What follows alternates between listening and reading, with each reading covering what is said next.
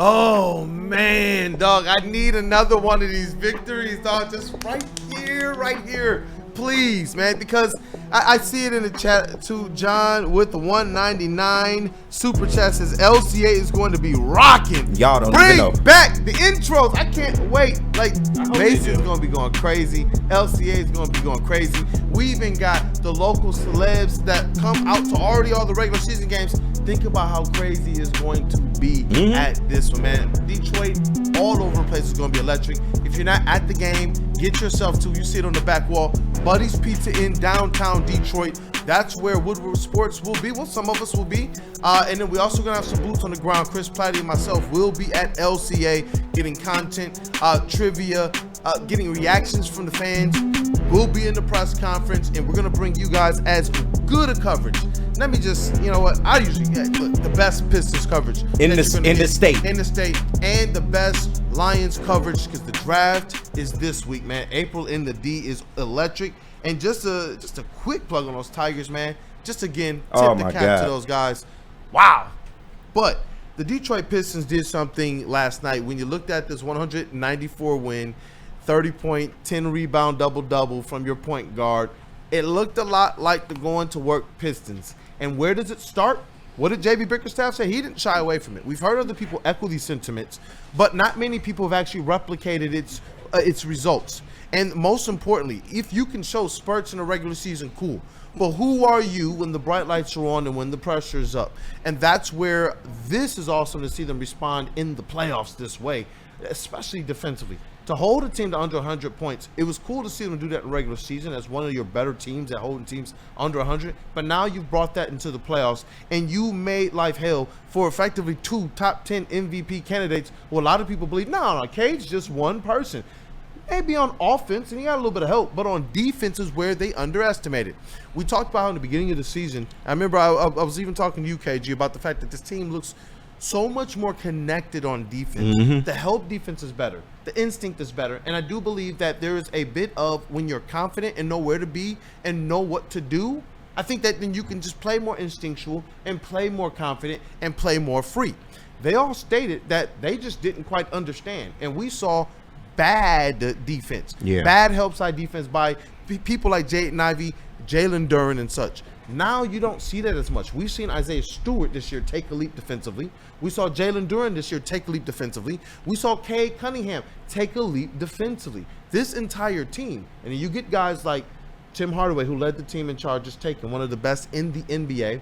Malik Beasley, who all season has set the tone for diving on the floor. Ron Holland, who said, listen, they can ask me to do, and I'll do whatever they ask me to do, but I know I'm at least running out there and doing defense and hustling. And that's what we saw last night. Even without their heart and soul on defense, Flannel Sam and Beastu, this team proved that DNA is something that's part of all of them. They're not just a one-trick pony as it relates to their toughness. That was a defensive masterclass. And to be honest, I didn't see this coming without Isaiah Stewart. I predicted the Pistons to win, but I think I had something like 110 to 106, but the Pistons held the Knicks to 94. Are you kidding? And just a couple of numbers, held the Knicks to 42% field goals, 29% from behind the arc. They blocked 4 Knicks shots, by the way, 3 by Duren, and then, of course, that Paul Reed block on Karl Anthony Towns' three-point attempt. That was awesome. Yeah, B-Ball Paul showed up for sure. But honestly, the most important thing was the defense that was played on Karl Anthony Towns, because Karl Anthony Towns, did he play in the second half? For real? For only a couple buckets. I mean, but soft. Like, I'm obviously being sarcastic, but he really did make an impact on the game. Karl Anthony Towns, 10 points, 6 rebounds. I thought that Tobias Harris did an excellent job on Karl Anthony Towns. Angel soft. Absolutely. And Tobias Harris, shout out to him as well. While banging with Cat a lot in the post, he played the most minutes on the Pistons. Oh my God. He played the most minutes on the Pistons. Yeah. What's going on? No, I gave a little ad-lib, a little Cat ad-lib. Like, oh my God. Okay, yeah. Yeah, but for everybody who has been down on Cat and says he's soft and all of that, that was the game. That was the game where everybody could just be like, I told you so. And what did I say before the series? And obviously it doesn't take a basketball savant, which I am not, to to foresee this, but I thought Karl-Anthony Towns was the key to the whole series. And you saw in game 1, he played great. Shout out to him. He was making all of his tough shots. He was getting rebounds. He was playmaking. He was phenomenal. And the Knicks won. And this game, he was, for all intents and purposes, a ghost. And by the way, to kind of put the knife in when it comes to Karl-Anthony Towns, he was also a -10. He had the worst plus-minus on the team. So the Pistons did a great job on Cat, and that was a huge factor in why they were able to get that win. All that lip shaking and neck gyrating he was doing in game 1. Where was it at in game 2? Where was it? Where was it, man? That boy was tired, man. That boy's bottom lip was shaking the whole time. But man. this is why we call get some electrolytes, Cat. This is why we call Cat soft though, and it's not from a standpoint that he can't go out there and get his. Like we kind of expect that from him. He is one of the top stars in the NBA. You got to acknowledge that. But over the course of a series, and this is what we were trying to impart before this playoff series started, over the course of maybe 7 games, if you can go out there and just be physical with Karl-Anthony Towns, who we know does not like physical on-ball defense, especially if it's being played by a Tobias Harris, Isaiah Stewart, a Jalen Duren. If you can get in his head over a period of time, he's going to make mistakes. Yes, he's going to get his buckets on occasion, but if you can just stay consistent in that, you will be able to make him make mistakes, and that's what you saw last night, bro. He looked gassed. He did. But that's what we've been in calling. 2 games. That's what we've been calling. I'm going to continue to shameless plug that one, man. In articles, when I was doing playoff preview stuff, when we were talking about it, that was one of the recipes. Even like we talked about that last regular season home game between the Pistons and Knicks, where people were like, oh, man, well, if we don't win this one, they're not going to, they weren't faring too well, at least to the level that people wanted to see. They went out there, they turned it on, and they took them out. And what happened, though? Cat was doing all this gyrating, dancing, and his shaking his head and for shit. 3 quarters, right? 26 points and all of that, and in the 4th quarter, nothing. And that was the game where the legend of Beef Stew's famous, 0 point or 1.6 rebound game, but he put Cat in a vice grip. He put him in his luggage and took him. He's like, look, bro, you're going with me where I'm going right now. And in that, it was it. He looked gassed. He was tired. And at the end of game 1, what did we say? We were like, yo, even in the 4th quarter of game 1, he was doing some stuff. But we were like, yo, this dude is having to work so much, both offensively and defensively. When the Pistons go to some of those small ball lineups, Cat's having to chase people around. Especially, Duren's not just sitting around. What did they do when they put him on Duren? Did you remember in the first? It was like in the 1st quarter. Yep. They literally tried to put Cat on Duren. He turned, drove him to the basket, and literally power layupped over him. Mm-hmm. I didn't really see Cat on Duren after that. I'm being dead serious. They started. I don't want to guard him. Different things. I'm just saying, go back and look at that power layup. He went to Tibbs. I can't do it, Tibbs. I'm sorry. I can't guard him. Okay, he's too strong. Don't turn me. Don't turn me back into like a slight. I know, man. We just being fans. Damn, just let us get our shit on. I know. They won the first time since 08. And I'm allowed to get my shit on. I know. My man Freddie Phelps said Cat runs like he didn't wipe his butt before. Running. You guys are going home to play Legos. But this is the time to do it, because Karl-Anthony Towns did not play well. He did not impact the game. In fact, he impacted it negatively for the Knicks. They probably would have been better off if he didn't show up just for that game, and it happens from a time to time. But I think that if you would have told me before this game, and I think this applies to everyone in this room, if I'm wrong, you guys can correct me, that if you would have told us that the Pistons were to hold Karl-Anthony Towns to 10 points and 6 rebounds, I would have been like, Isaiah Stewart. Right. Yeah. Isaiah Stewart didn't even play. It was Tobias Harris. It was Jalen Duren on like help side defense. It was Asar Thompson even from time to time. It was an unbelievable defensive performance. And speaking of defensive performances, how about that job Cade Cunningham did on OG Anunoby? Locked him up. OG Anunoby. You mean Cade is the OG stopper? He is the OG stopper. Oh. What? OG Anunoby. Wait a minute. My Neil voice. Wait a minute. Who guarded Cade last night? Because my man was just looked like he was open for a lot of plays. Yeah. I mean, I heard there was a Cade stopper somewhere. Turnstile defense he played. I saw OG and I saw Mikal Bridges. None of them can stop Cade. Turnstile and Anunoby. A little bit of Josh Hart too. Nobody can stop Cade. No, nobody. Josh who? It was funny. Josh Nohart? He didn't play very well either, by the way. No. Josh Nohart. But that's the thing. They have to. They're really reliant on those role players to get going. And this was something we said in preview of the game as well. that the Detroit Pistons had to get back to making their opponent feel uncomfortable. The Knicks were too comfortable in that first game. The second game, they looked very uncomfortable.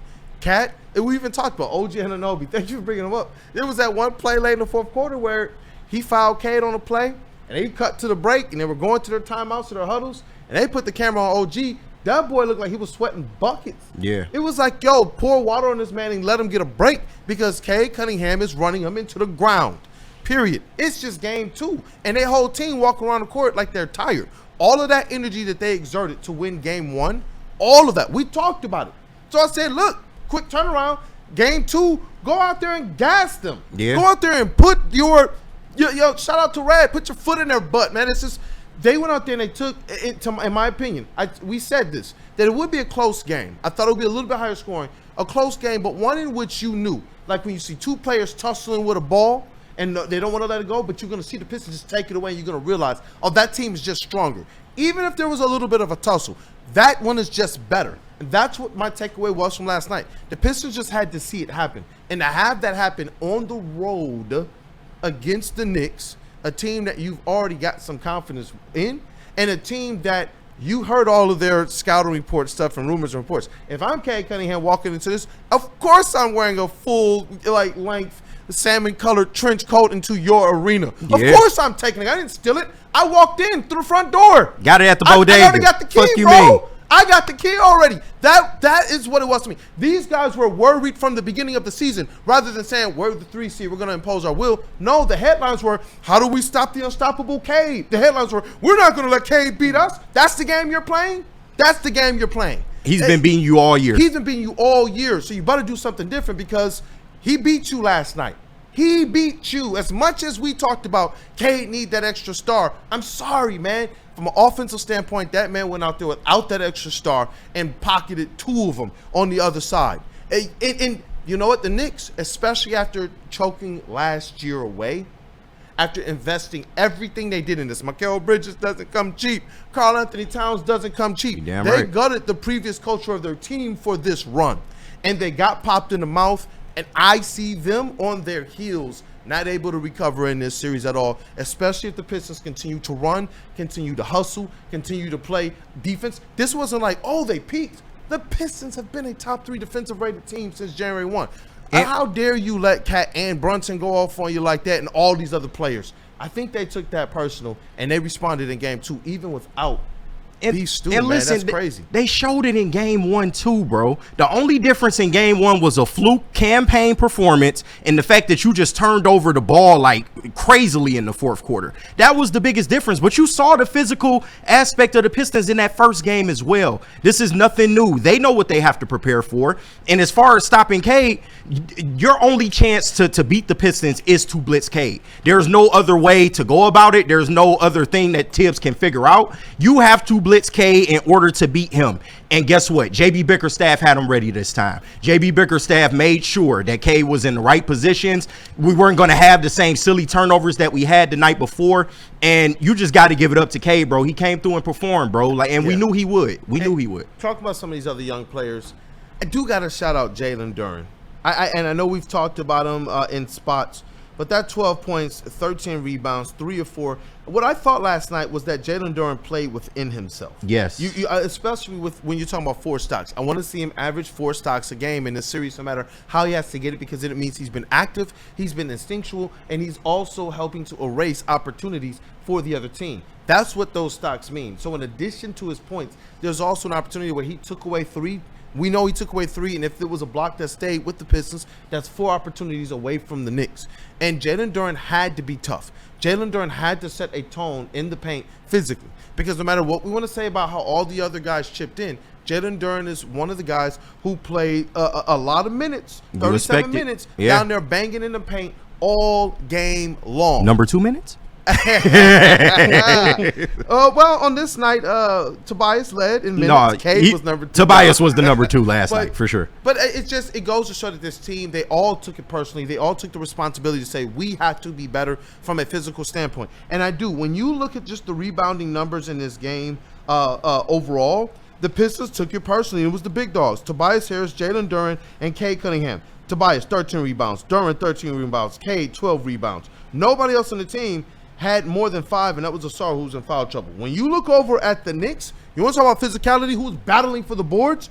Bro, the Knicks don't have anybody in double figures in boards. The highest 2 is Josh Hart with 7 and Mitchell Robinson with 7.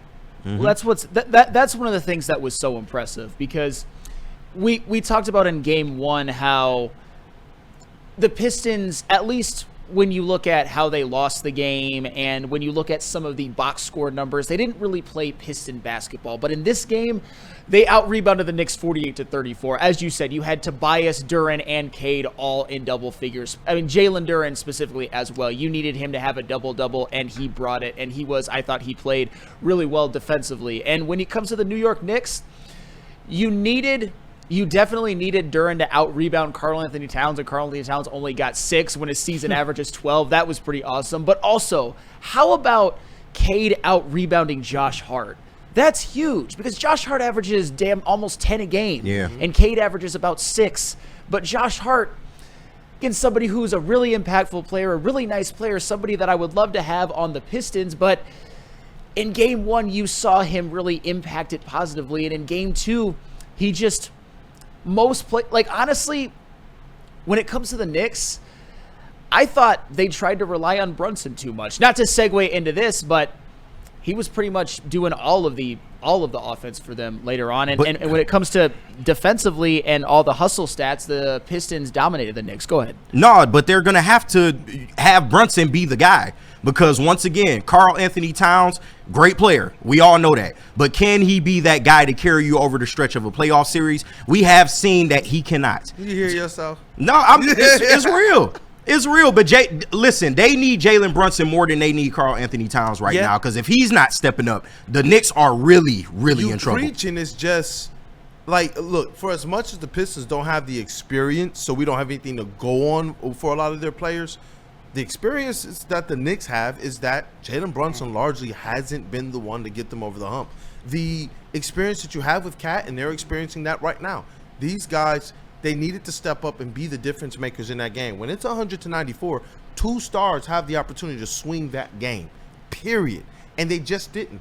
Jalen Brunson, I thought that he did play tough. He battled to get his buckets. A little bit of a flopping. I know a lot of people call that's it just flipper. Part of his game. That is a part of his game. You have to expect it. The Pistons are going to have to beat that. I didn't want to talk about the refs. I didn't want to talk about the flopping. Obviously, in the course of the game, you get frustrated and emotional and things of that nature. But overall, this is what the Pistons know. Ethical hooping. This is how you have to go out there and win the game. And they just went out there and did it while the Knicks stars, as the pressure started to build up, Cat not effectively sharing the usage with Jalen Brunson. Jalen Brunson got tired, and he faltered a couple times down the stretch, and they just weren't able to overcome. Then you look at the Pistons on the other side. How huge was it? So we already know they're going to overplay the pick-and-roll game with Jalen Duren because that's the number 1 lob connection, right? How huge was it, though, that when B-Ball Paul was in, they recognized an opportunity for a couple pick-and-roll layup opportunities where he's effectively wide open at the rim because they weren't playing B-Ball Paul to be the same lob threat as Jalen Duren, which meant off of the Cade pick and rolls, what do you go back defensively? Trap the hell out of him. Well, what was up with B-Ball Paul? I'm wide open. Yep. And it worked. You got to think about those runs during the game, and some people that say, well, I want Cade to score more than this time. Listen, what you want your point guard to do, and we saw Chauncey Billups do this a lot, whether he was scoring, whether he was assisting, or whether he was just dictating the game, that's what you want. And Cade Cunningham as your lead guard, not just your star, but your lead guard, he controlled the pace of that game, especially in the fourth quarter. Oh, 100%. 100%. It was and speaking of Paul Reed, you mentioned it. 2 of Cade's 3 assists were to Paul Reed on those pick and rolls. He was absolutely huge. He played 11 very impactful minutes. You absolutely love to see it. Hey, we got Neil Rule in the chat. Shout out. Shout out. When I was talking about Karl-Anthony Towns in terms of last night. Hey, shout out to the president. Yes, in terms of me saying last night, it would have been better off if he wasn't there. Better off if he wasn't there. Would you say Cat was the Javi of the Knicks last night? I have a 2. He gonna get his Javi propaganda off. I've got 2 responses to that. For one, last night, Karl-Anthony Towns. The reason why I was so harsh on him, as are most Pistons fans right now is because over the course of the season, he's a 24 a game guy. He gave you 10 last night. He averages 12 rebounds. He gave you 6 last night. He averages 3 assists. He gave you 0 last night. He shoots the ball efficiently. He was 5-11 and 0 from a 3 last night. So for whatever reason, if you want to blame Brunson for being too heliocentric, if you want to give more credit to the Pistons defense, which I am going to choose to do because I saw it happen, Karl-Anthony Towns was neutralized in that game, and he did not play well. And as far as the Javi thing goes, obviously Javi's bad, but Neil, I want to implore you on something, and we can talk about it when you get here in a little bit. Just enjoy Tigers wins. Thank you, man. Thank Please. you, dog. They've won 4 out of 5 on this series, 3 out of 4 against a divisional opponent, and they just beat the Padres last night with Cader Montero starting. The Tigers are flying right now. Just enjoy it. I understand. He ain't going nowhere, dog. I understand Javi had a bad error in Game 4. Right, let that shit go. And that's fair, but the Tigers are absolutely... You predicted them to go 500, dude, with all due respect. They're, what are they, 14-9 right now? Yeah. I tried to tell him, Just man. enjoy it. Enjoy it. I see you, Phil, in the chat. He said, my question is, how do we blow another 10-point lead? You know what? It's the Runs playoffs. happen in this thing, and when you have those types of special players, you saw the calls start to really pile up in those moments. Even though the Pistons benefited a lot at the free throw line, you saw certain stretches of the game where Jalen Brunson benefited in ways he probably shouldn't have. But it is what it is. When you win that type of game, I'm sorry, that's gutsy. That they didn't give that away. That to me wasn't a blown one. No. The other one was because they weren't stopping the Knicks. They weren't taking good shots. They had Turn a 5-second yeah. out of bounds play, a 24-second no. And this one, you saw them miss good shots and still battle. And you know what? Something else about Karl-Anthony Towns. Yeah. Something that's key to his offense is the rebounds. Yeah. Is getting those offensive putbacks. It is getting the defensive rebound and pushing the break and leaving a team a little off balance. With the Pistons going and battling and taking away those extra opportunities for Karl-Anthony Towns to get a putback or to push the tempo offensively, I do believe that that's keeping them a little off balance. That was absolutely huge. Karl-Anthony Towns was a complete non-factor on the glass. And this is a guy who really this year, during his time with the Knicks, had really kind of been in a renaissance as a rebounder, was giving you a 20-point double-double again for the averaging that for the first time in a couple of years, but not last night. But that's and it was not huge. him. Not last night. Phil did say he asked that question because he didn't have the opportunity to see it, and to a degree, that is a fair question. It is it's a fair question. You want to see the team if they can put the pedal to the metal, but last night's game was one in particular that it's like when we saw the Pistons win Game 2 against the Pacers. That score was like, what, 80-something to 70-something? Yeah, like man. 80, 87, like 83 or something like that. It was one of those types of games where you knew, everyone on social media. It was like after the first Brunson foul that trimmed the lead just a little bit, everyone would say, here it comes. From our group chat here at Woodward Sports to social media to the live chat, everyone knows.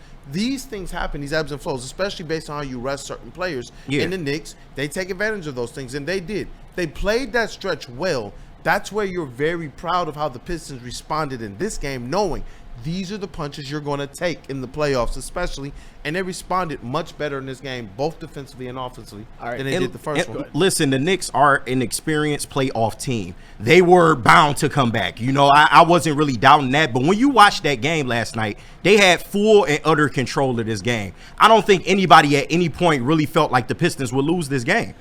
When it was 94-all, I was a little nervous. No, and I'm not saying with that the way they played, though, you felt like the Pistons were going to pull that one out, as opposed to game one. one. More confidence, but I feel you. My heart, bro, was because we're fans. Was like we can't always think objectively like that. No, but I felt way better about this one than game one, because game one you saw it just come off the rails. You saw the signs that it was going to come off the rails. That one you felt bad for the team while still kicking them in the butt to get it together because you realized they dropped one.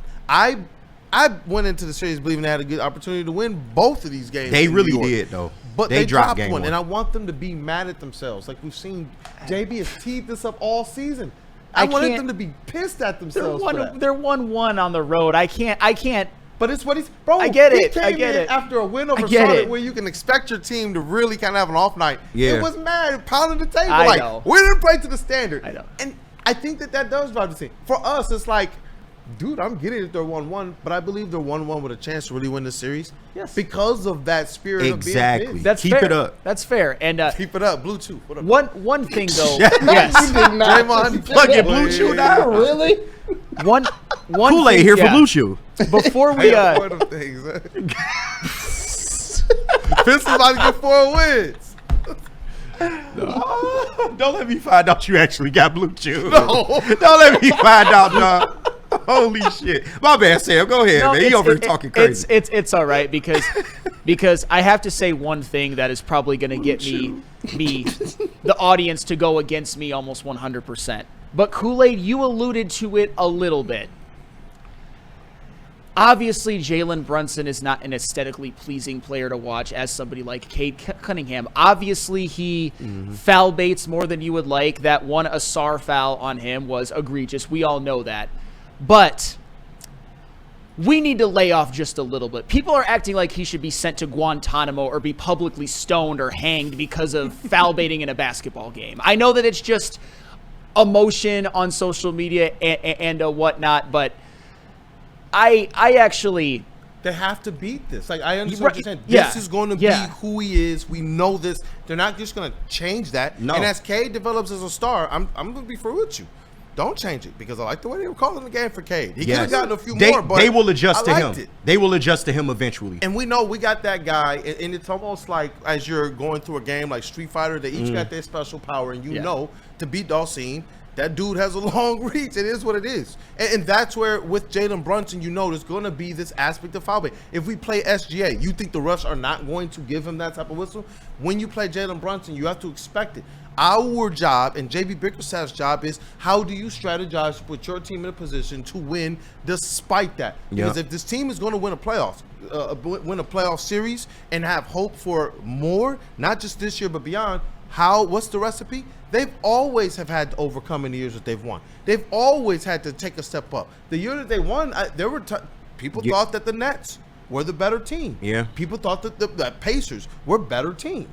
This Pistons team still overcame a lot of adversity and a lot of what the headlines were saying to be able to rise to the occasion, man. I see this team doing that. Them not getting calls throughout the year was a blessing in disguise. It really was, Hey. because they know how to play in a situation like this. Absolutely, but it makes it even more great when Cade actually gets calls. When No, he was absolutely. getting aggressive, when Yeah. he was getting to the rack, the refs were calling it. And the most important times were in the fourth quarter when Cade knocked down 4 critical free throws, but he also... Becoming a star. Hey, absolutely. The league is viewing him as such. And as they should.